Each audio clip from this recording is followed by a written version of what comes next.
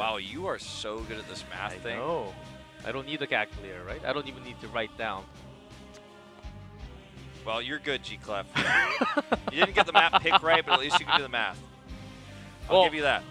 I mean, I could do 2 out of 5 is 40, but you know, 8 out of 13. I'm pulling the calculator out. You know, I'll give you the exact percentage. Okay. Two-digit divisions, of course, pretty hard. Towers of Doom. Last time HG2 had the perfect Dehaka, and BlossoM watched that at the VSL studio. Let's see how they want to run differently with the solo lane matchup this time. Miracle will have first pick. It'll be the first time in this series that is true. So how they want to take the direction of this draft is interesting. They were able to use the Tracer draft with Dehaka against the Phoenix. They were able to control the macro and win that map of Towers of Doom against a very tilted and honestly just choking Gluck previously. But that's not going to happen here. We're going to have to draft a little bit more standard. Garrosh is open. That's a start. But you really want to first pick Garrosh when there is also Malfurion, so you have to make that choice. I don't think they'll first pick it, but it is a hero that BlossoM may have to take away, or they're definitely gonna grab it. It's a hero that both Gondar and Judy favor highly. So you know what? I will say I won't hate it if they first pick it. I think it means they understand their strengths and weaknesses really well. But they go with the Maiev pick. They picked the Maiev on Infernal Shrine's first pick. There's instant response with the Garrosh Hanzo. It was very expected. Anything other than the Garrosh or the Hanzo, BlossoM was ready for that pick. It's the map Towers of Doom. Garrosh moving over to Gondar this time for the first time. As in banned in Game 2, was played by Judy from Miracle in Game 1. So, do we just see the Junkrat Stukov? Are we doing the whole, like, yo, like, I heard this is pretty good, it's all stuck in the circle, and you blow him up, and you silence him? Or is this draft going to go down a more deep path where they look for early picks in the, you know, in the early game with, you know, like an ETC pick here, or a Nubrok pick to try to be aggressive? Though even with those three, BlossoM in Game 2 didn't really have that crazy combo in that cage. Yeah. Cage often popped as a defensive tool when they were running away. Yeah, I think that's just old news. I don't really feel like that cage combo is very strong anymore. You don't have to use everything at the same time. You know, it's a lot harder. If you don't make it happen, then you are basically losing the team fight right after. I think the Malthael pick early. This will be their first Malthael of the night. Running mostly Dehaka Blaze throughout the evening. Junkrat ban, pretty safe ban. And the Uther follow-up ban. Controlling the supports at this moment in time, but BlossoM, where do they go from here?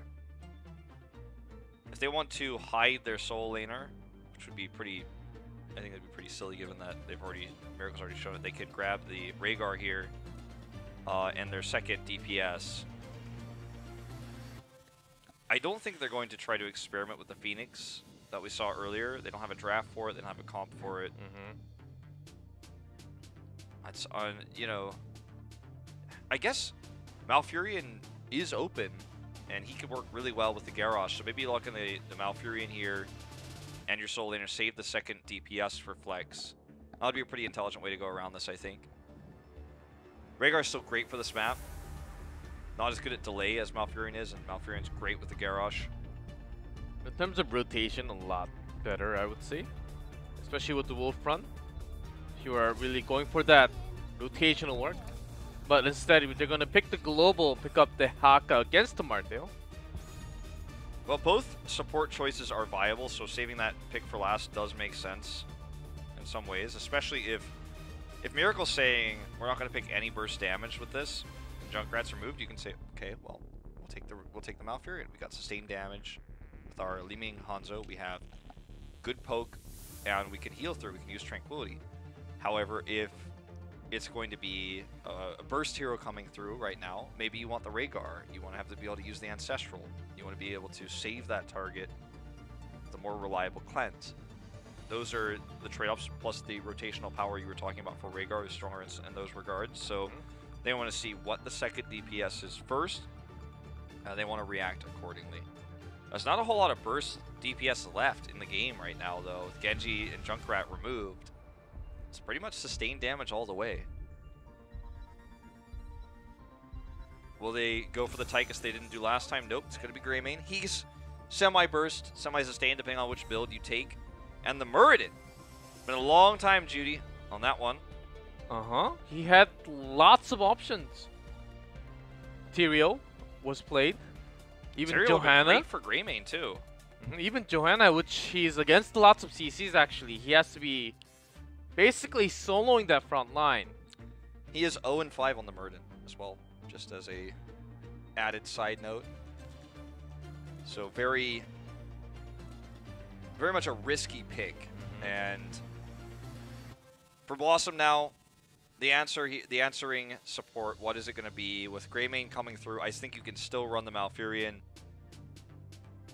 If you want to camp control, you take the Rhaegar. You're looking for sustained healing versus poke from the Greymane, Malfurion, map control, rotation, wave clear, and camp clear is the Rhaegar. Ariel with the Hanzo. And we're talking about Nasang here. Nasang always bringing in the support as the X factor. I don't know if this is going to work. It has a lot of potential with the using Hanzo as the battery, like you say. And it's burst healing. It has the ability to save a target who's stuck inside of the prison, stuck inside of the silence with the Aegis. But knowing Nasang, it's probably going to be Resurrect. He's like, nah, like, look, how weird can I make this pick and still win with it? Well, let's see how this works. We've seen a lot of Ariel Hanzo attempts and a lot of failures. I don't think this has won a single time in HGC Korea. I think it's probably been tried about 5 times or so. And Wolf, Nasang has 1-0 on Ariel, so he won once, but everything else I do think it failed. yeah, I don't know what comp that was with. It might not have even been this at all. And I think it was Ariel Karazim against the Tracer. Saving against the Pulse Bomb, threatening Tracer with a Karazim as a double support, which actually worked in that way. But everything else basically failed. Well, let's see what he makes work with this. Hiding is level 1 at the moment. It is going to be the Wolfheart build coming through here for Gunza on the Greymane. We're looking for probably burst damage here, maybe even the Eyes in the Dark at 4 for extra safety, avoiding the auto attacks from Hanzo.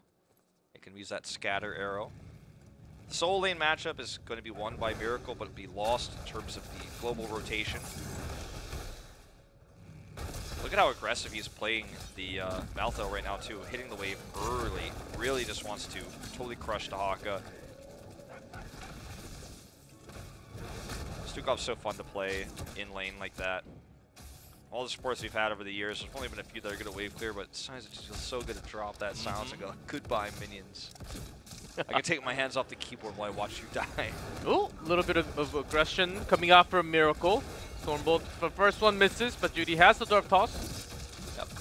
He is Muradin, so as long as he doesn't die here, he's going to be back to normal in no time.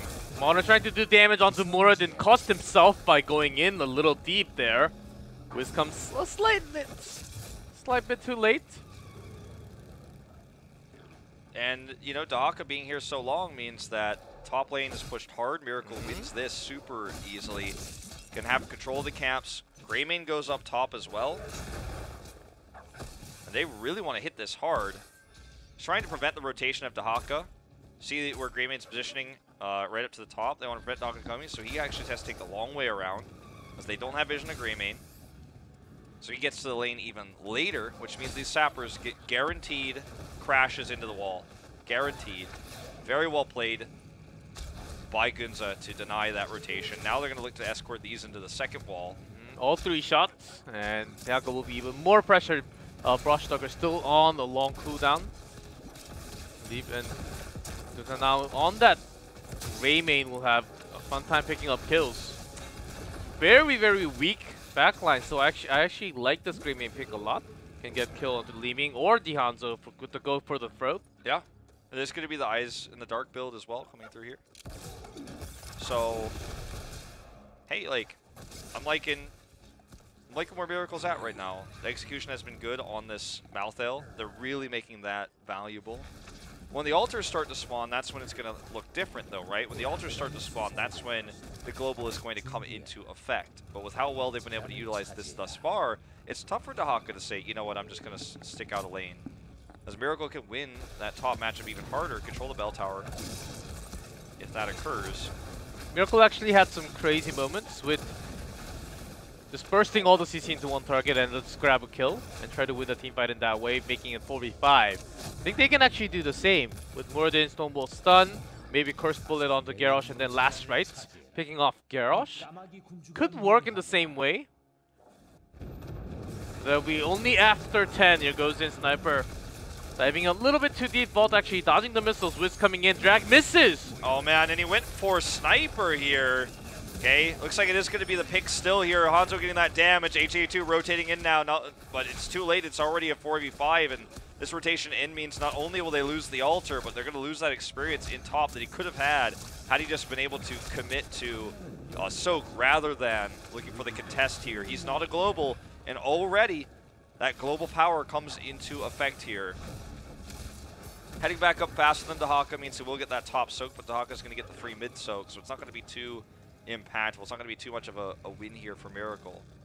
Still in the early game, though. Miracle still has an experience lead for the moment. When you hit 10, that's where we're going to see a lot of these big team fight the big team fight element, where we're going to have last rites, like you say, and there's going to be opportunities to burst down tanks, look for longer fights. I love that Miracle's willing to just back off, though, and say, okay, I know it's a waste of rotation, but we got to get out of here. Frozen Sniper for the moment will get healed from Jaehyun. Top step bio kill switch. They keep trying to target down Sniper in these fights, but because he has Vault, he's just able to escape so easily. Even with the longer cooldown, it's so short still that it's very powerful. This is a more impactful target. Grab the Grey Mane. Look at the push in the top lane during all of this. Sure, Malthael is, not dealing with the mid push, so it's equal in terms of experience, but damage-wise to the bell tower, Malthael's getting a lot out of this, and he's rotating between lanes.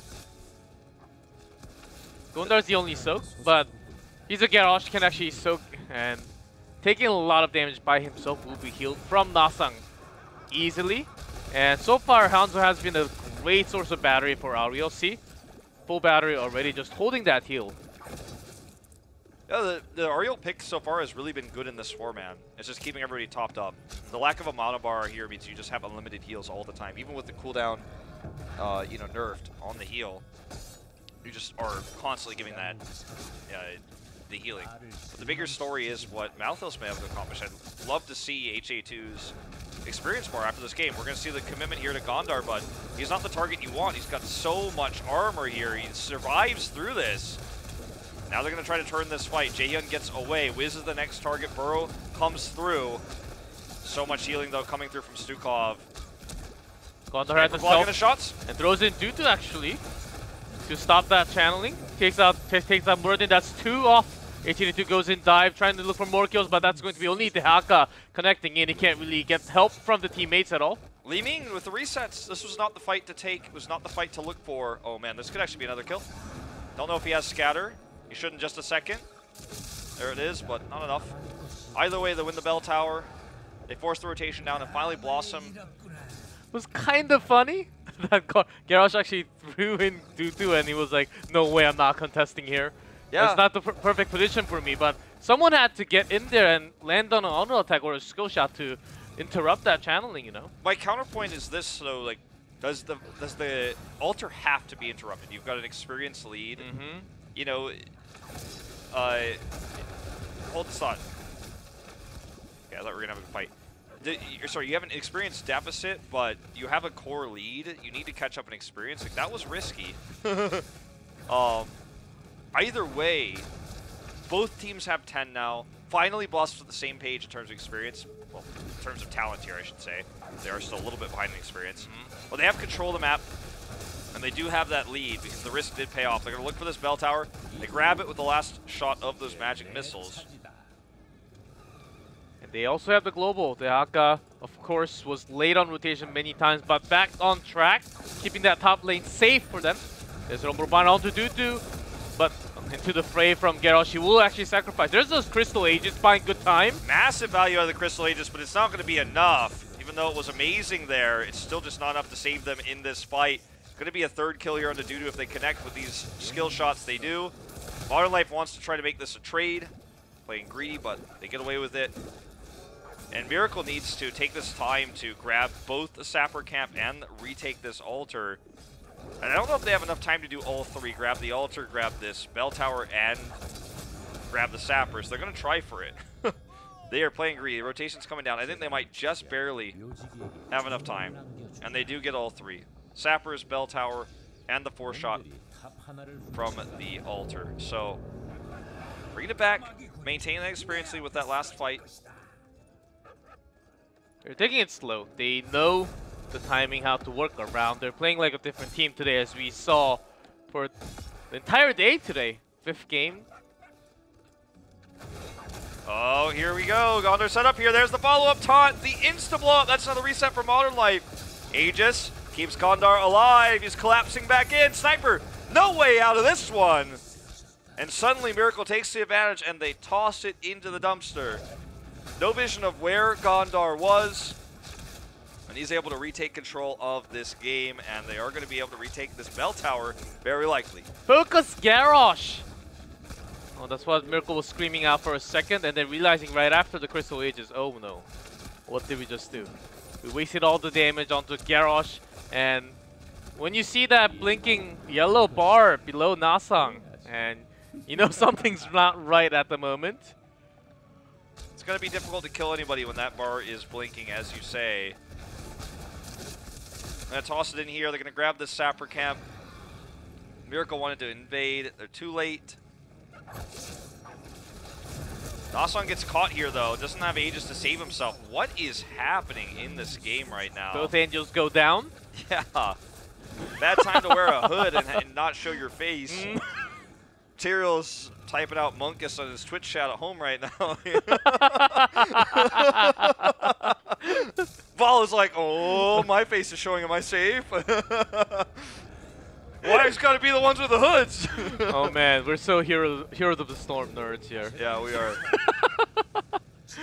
Well, with that rotation, Deaka could join anytime. Even Jaehyun with the silence may not be safe in the back line. As Auriel just comes back from the spawn. I think BlossoM's got to let this one go as they have the control. Yep, Gondor self-cleanses away from that tether. He's solo, but he's got that armor. 47 armor. Survives. They get the trade here. Wiz is coming in. Judy's about to get hooked. Totally misses it, actually. Misses, but they're going solo. Great silence from Jaehyun. The turnaround here. Yeah, they try to use the last rites, but the Aegis protects Gondor again. He's alive. And this is just so much armor again on the Garrosh. You just cannot kill him. So why try it? 3 are dead for Miracle. And total control of this game and this map goes to BlossoM. We can get 5 shots, and they might make it 9 if they grab the boss right afterwards. Respawns are coming through. Jan's playing this so greedy. Actually, almost paid for that with his life. Sniper, vaults. Do they have taunt? Scatter. Doesn't matter. Scatter, as you say, going to be enough. So this much is probably going to be a boss play. Yep, with Maiev dead for the next 26 seconds, and you happen to have Hanzo on your team at the same time. So going towards that 16 level when they also have an extra bell tower. You got the boss control. You have everything for your team. Also has a Dehaka for that massive global control to continue. Miracle needs to make some crazy plays out of. They have some wombo combos. If they can get that last right, securing that kill onto Garrosh, which has not been connecting at all. Maybe they can make something happen, but so far none. Aegis such a great counter to that. NA arrow? Yeah. That was like NA Open Division arrow right there. But anyway, moving on to more serious things. How does Miracle engage with this? They need to somehow force the Aegis out early. And doing that requires, I think, Muradin to go in. It's too risky. If Muradin goes in, he gets caught, he gets burned down. His armor is ripped to shreds by Hanzo's scatter arrow. They're trying to escort these Pumpkin Men in right now. 6 of them walking down the lane. The Pumpkin Boys are coming, but Nasang's Crystal Age is just so well placed every single time. They're going to burn down the first wave. The second one, we'll see if they can repeat the process here. Triple Alter Phase, the last one, as Judy gets Judy insanely takes low. all the damage from the missiles right there. If that arrow was actually slightly angled a little bit more to the left, that would have been a dead burden right there. Pretty close. Pretty close. Miracle, they need to take action at 16 to 16. This is their chance to take an even talent tier fight. But the Aegis makes it just so difficult to blow anybody up, especially the Garrosh here, who's once again the target. But he's got so much Gets the protection. bullet, but the stun actually buys just enough time for them to actually channel at the same time as winning this 4v5 right here. Oh, this is going to be the end of the game, I feel like, overall. Miracle's got no way back into They can't this one. kill anyone. They're losing the 4v5 and both the altars. Garrosh is pretty strong, G-Clef. If you can protect him, if you can operate around him, it's very difficult to play against it. Judy trying to flank here. Does not happen. Oh, that was a weird interaction by Gunza just diving in. Hanzo just goes over the wall. Interrupt comes through to prevent the end of the game for now, but Judy is lost in that isolation as the team basically is lost in the Hall of Storms, as this will be the final channel to end the game. That's it. That's going to be BlossoM taking a 2-1 lead here in dominant fashion. Nasang, he does it again. The unusual support pick comes through for the win. And, you know, Miracle started things off with a bang. They had a dominant game one. They controlled Battlefield of Eternity. They had the better draft there. But going into Infernal Shrines, they picked the Tracer pick last. And then game 3, the protection on the Garrosh is stunning. Wolf, Miracle is finally back to their original